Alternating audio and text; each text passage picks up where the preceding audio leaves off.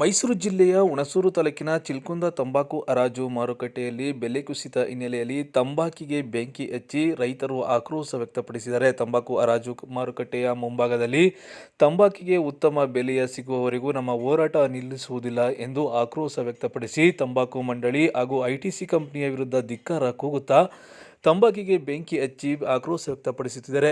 ಇನ್ನು ಭಾರಿ ಬೆಲೆ ಕುಸಿತ ಹಿನ್ನೆಲೆಯಲ್ಲಿ ನಮಗೆ ಖರ್ಚು ಕೂಡ ಸಿಗುತ್ತಿಲ್ಲ, ನಮಗೆ ಪ್ರತಿ ಕೆಜಿಗೆ 400ರಿಂದ 450 ನೀಡಬೇಕು ಎಂದು ಆಕ್ರೋಶ ವ್ಯಕ್ತಪಡಿಸಿ ರೈತರು ಪ್ರತಿಭಟನೆ ನಡೆಸಿದರು.